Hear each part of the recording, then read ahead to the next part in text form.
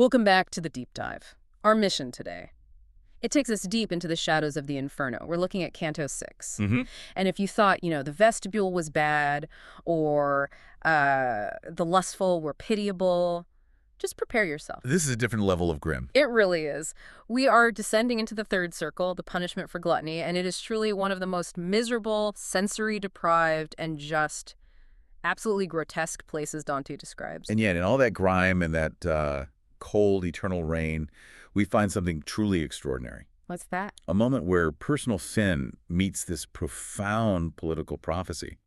Our sources, which are the text of Canto 6 and its notes, they show us exactly what happens when, private excess leads to public torment. Right. So that's the core of the deep dive today. We're going to decode the sheer environmental horror of this circle. And the monster who guards it. Yes, and the monstrous guardian.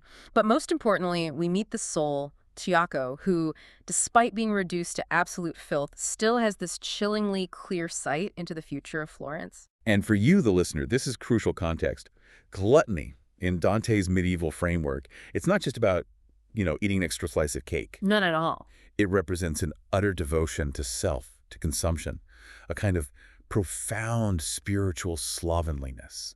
It's the inability to look beyond your own appetites, and that leads to a total failure of civic responsibility. So what they suffer in hell, it's a direct reflection of that. It's a calculated thematic inversion of their destructive, self-centered lives. Okay, let's unpack this atmosphere then, because Dante is just unrelenting here. When we step into the third circle, what is that immediate environment like? Give us the sights, the sounds, the smells. Well, the first word that comes to mind is absolute degradation. The air is described as tenebrous, so it's dark, it's gloomy, the sky never offers any relief. And the punishment itself, this endless rain. Exactly, but it's not normal rain. The text calls it eternal, maledict, and cold and heavy. It's a noxious mix of huge hail, sickly, somber-hued water, and even snow. So just imagine standing in this dark pit, perpetually battered by cold, healthy sleet. And what are the damn souls doing under all this? They're completely submerged.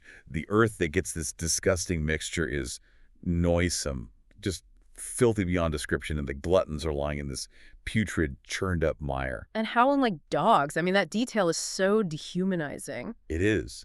The sources say they're blind, miserable shadows, just constantly trying to turn their bodies to cover one side with the other, looking for this impossible shelter that will never come. It reinforces that idea that their spiritual life has just been reduced to a base, animalistic appetite. But let's circle back to that thematic point you made, the inversion. Their sin was comfort, luxury, warmth, and now they get this. Precisely. The notes really emphasize the brilliance of this contrapasso. Yeah. These were people whose entire existence revolved around the feasts of former days, the light, the warmth, the comfort, the luxury, and the frolic wine. They worshipped consumption. And now they're forced to consume the very filth and coldness that consumption created. They are buried in the spiritual detritus of their own greed. It's the ultimate comeuppance. And speaking of base appetite, this is the circle where we meet the guardian, a figure who really embodies that animalistic consumption. Cerberus. Cerberus. The monstrous, cruel, and uncouth dog of hell. He has 3 gullets, fiery red eyes, a massive bloated belly. His beard is described as unctuous and black, and his hands are armed with claws. And he's not just a scary-looking guard, he's actively part of the punishment. He is. The text confirms he rends the spirits, flays, and quarters them. Yeah. He is both the guardian and another instrument of their misery. The sources also call him the Great Worm, which just speaks volumes. The guardian is as filthy as the punished. This sets up one of the most surprising... And frankly, almost comical moments. That's the word, because Virgil, the guide, he handles this terrifying 3-headed monster not with magic or might, but with a handful of dirt. It's a brilliant move. It says everything about the nature of this circle's sin. So wait, you're telling me this ravenous, frenzied demon is just defeated by throwing mud in its mouth? It's that simple. When Cerberus sees the travelers, he just perceives them as more food, all tusks in motion. So Virgil, who knows that base appetite is the primary driver here, he doesn't fight. Right. He just takes earth and throws it directly into the monster's rapacious gullets, into those 3 greedy throats. And the monster just goes quiet. Immediately.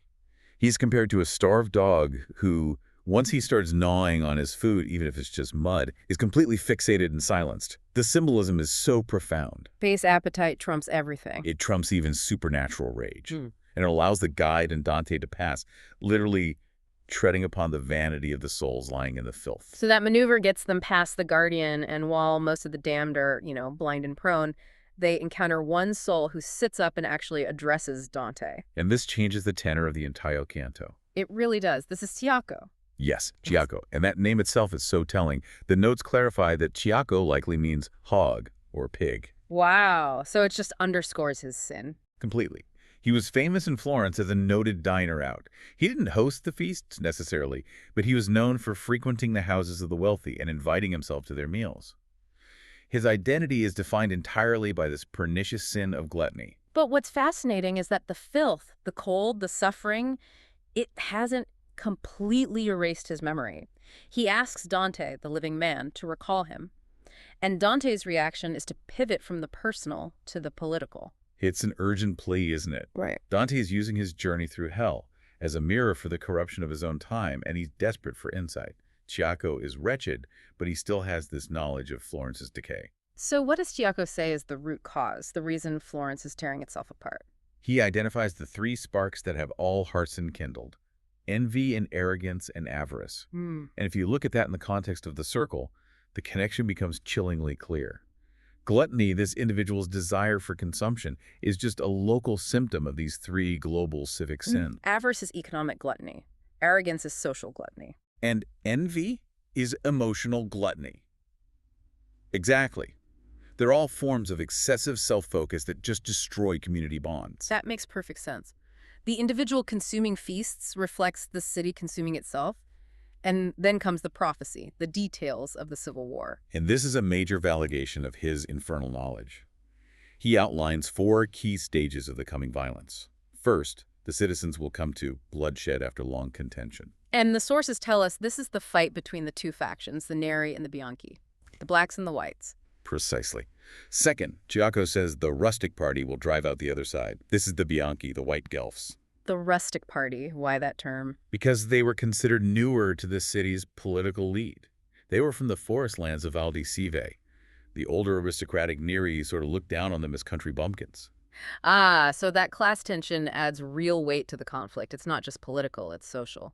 Very much so. But their victory is fleeting. Ciacco predicts the Bianchi will fall within 3 suns, very short time, and the Neri will rise again. And this is enabled by an outside force. A foreign power. Charles de Valois, brother of the King of France. He was supposed to be a peacemaker, but instead he actively helped the Neri seize power. A textbook example of foreign intervention solidifying one party's tyrannical rule. And that's the 4th stage. Ciacco says the Neri will hold power a long while, keeping the others, including Dante himself, under heavy burdens. This foresight just solidifies Ciacco's status as a prophetic figure, despite his wretched state. So given all this corruption, Dante, still hoping, he asks about other Florentines he considered worthy, people like Farinata, Tegiaio, Mosca. Surely they aren't in the mud. He's hoping for a middle ground, but Ciacco's answer is a brutal confirmation of hell's precise hierarchy. What does he say? He says those men are among the blacker souls, downweighed by a different sin, much deeper in hell. So a glutton is actually relatively high up in the hierarchy of sin. Exactly. The notes confirm that figures like Farinata appear later for things like heresy, schism, violence. It confirms the structure of hell. Personal sins of appetite are far less heinous than sins of malice, fraud, or violence against your community. Ciacco is disgusting, but he wasn't a malicious political actor. Not in the same way. And after delivering this heavy prophecy, Ciacco makes his final heartbreaking request to be remembered, and then he just falls prone again, becoming another blind, howling soul. This whole exchange, it leads us seamlessly into the final intellectual centerpiece of Canto 6. As they move on, Dante, maybe shocked by Ciacco's fate, asks the guide this profound philosophical question. Right, he wants to know about the final judgment. When the trumpet sounds and the damned get their physical bodies back, will their torments increase, lessen, or stay the same? It's a phenomenal theological query. Does regaining the very body that led you commit the sin offer relief, or does it heighten the horror? And the guide's answer is, it's truly chilling. It requires us to get into some specific medieval philosophy. He tells Dante to return unto thy science, referencing Aristotle. Blended with Christian doctrine, particularly from St. Augustine, as our sources suggest, the principle Virgil cites is foundational. As the thing more perfect is, the more it feels of pleasure and of pain. We have to stop there because that idea of perfection is key. It is. When we hear perfection, we think of flawless goodness. But here, it seems to mean what? Completeness? Precisely. Right now, the souls are shadows. They are incomplete entities. They lack the material substance of the body. They are only partially themselves. Okay. When the final judgment happens, they will reassume his flesh and his own figure. Yeah. The soul and body are reunited. This reunification achieves a degree of perfection or completeness that they lack now. So the body, the physical form, acts as the ultimate amplifier. By being made whole again, they are suddenly capable of processing sensation, both pleasure and, in this case, pain, at a far greater intensity. Think of it like a musical instrument. A broken instrument can only produce a weak, muffled sound. But when it's fully constructed, when it achieves its intended perfect form, its capacity to resonate is maximized. The regained body maximizes the soul's capacity for suffering. Which means their torment will be greater than it is now.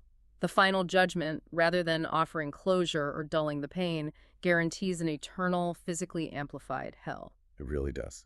And that context makes Ciacco's plea to be remembered even more desperate, knowing that his current misery is just a preview. And it connects back perfectly to the gluttons, doesn't it? They spent their lives perfecting the sensation of pleasure through the body. The ultimate irony is that the body is returned to them to ensure they can fully perfect the sensation of pain forever. Absolutely. This entire deep dive has been a remarkable blend of the absolutely filthy, the historically specific, and the deeply intellectual. We've gone from mud and hail to political intrigue and ultimate philosophical pain. We really have. We covered the sensory nightmare of the gluttons, the strangely effective taming of Cerberus through base appetite, and the harsh political realities of Florence through Ciacco's prophecy. It shows how profoundly Dante connects individual appetite to civic destruction. The ultimate takeaway here seems to be the inseparable nature of Ciacco's personal gluttony and the breakdown of his city. The failure of self-control is mirrored in the civic greed that tore Florence apart. They are quite literally buried in the results of that self-focus.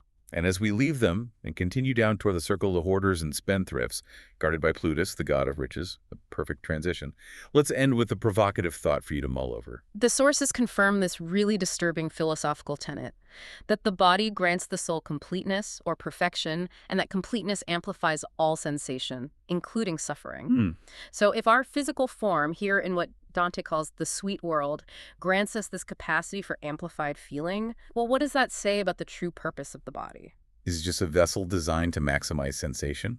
Right. For pleasure now, and potentially for pain later. Something to ponder as you navigate your own physical world. Thank you for joining the Deep Dive. We'll see you next time as we descend even further.